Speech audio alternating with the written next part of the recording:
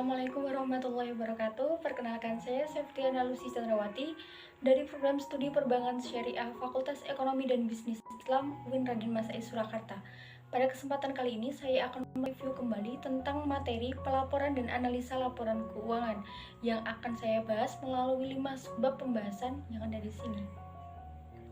Pertama, lingkungan pelaporan keuangan. Jadi, pelaporan keuangan itu merupakan alat komunikasi yang digunakan untuk mengetahui keadaan keuangan suatu perusahaan yang dapat menggambarkan posisi keuangan perusahaan tersebut yang dapat digunakan oleh pihak internal perusahaan maupun pihak eksternal perusahaan sebagai bahan analisis keuangan di masa yang akan datang. Berbicara mengenai analisa laporan keuangan, terdapat beberapa komponen yang terdapat di dalam laporan keuangan. Yang pertama ada neraca, yang kedua ada laporan laba rugi, yang ketiga ada laporan perubahan modal, dan yang keempat adalah laporan arus kas. Melanjutkan pembahasan yang kedua, yaitu mengenai tujuan serta sifat akuntansi keuangan. Jadi pada dasarnya, untuk laporan keuangan itu berfungsi sebagai bahan untuk memberi informasi baik itu kepada pengelola perusahaan, baik itu internal maupun eksternal, yang dimana informasi tersebut dapat memberikan informasi terkait dengan posisi keuangan perusahaan tersebut yang dapat dipergunakan untuk jangka waktu tertentu. Setelah kita mengetahui apa tujuan adanya laporan keuangan, maka selanjutnya kita akan membahas mengenai sifat akuntansi keuangan. Sifat yang pertama adalah relevan. Relevan merupakan informasi tersebut dapat dipakai sebagai bahan pengambilan keputusan. Untuk sifat yang kedua adalah andal. Yang dimaksud andal di sini adalah informasi tersebut dapat dikonfirmasi ulang sesuai realitas serta netral. Untuk sifat yang ketiga adalah komparabilitas dan konsistensi. Yang dimaksud dengan komparabilitas adalah informasi diukur dengan cara yang sama pada berbagai perusahaan.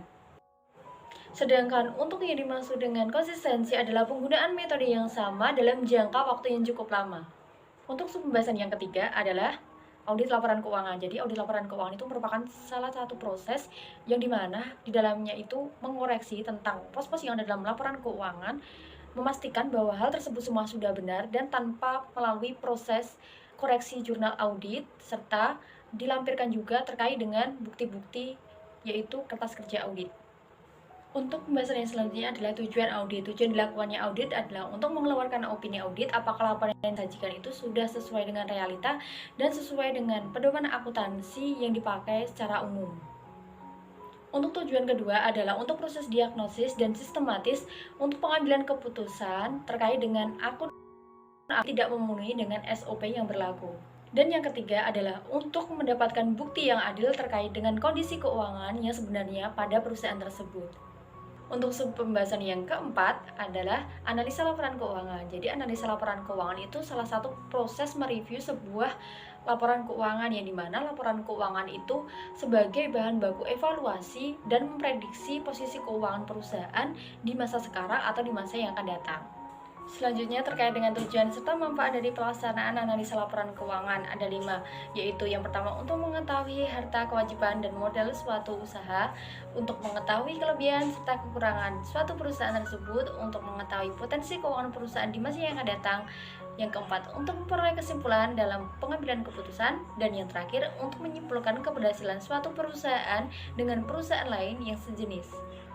Untuk pembahasan selanjutnya terkait dengan teknik analisa laporan keuangan yang terdiri dari 2 teknik, yaitu teknik horizontal dan teknik vertikal. Untuk teknik horizontal adalah dengan cara membandingkan laporan keuangan dari periode sebelumnya dan sesudahnya untuk mengetahui tren atau perubahan yang terjadi dalam posisi keuangan perusahaan tersebut.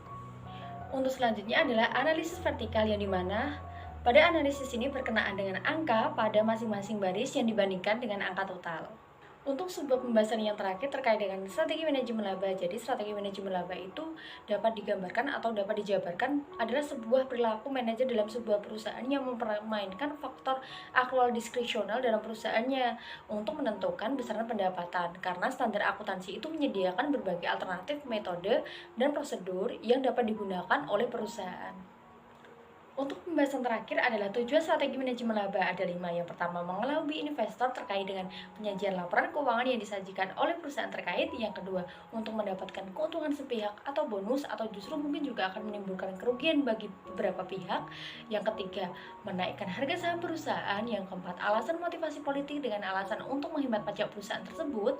Yang kelima, untuk alasan motivasi pajak, dengan alasan agar laba fiskal yang telah dilaporkan memang nih seolah-olah rendah tanpa melanggar aturan dan kebijakan akuntansi perpajakan yang berlaku.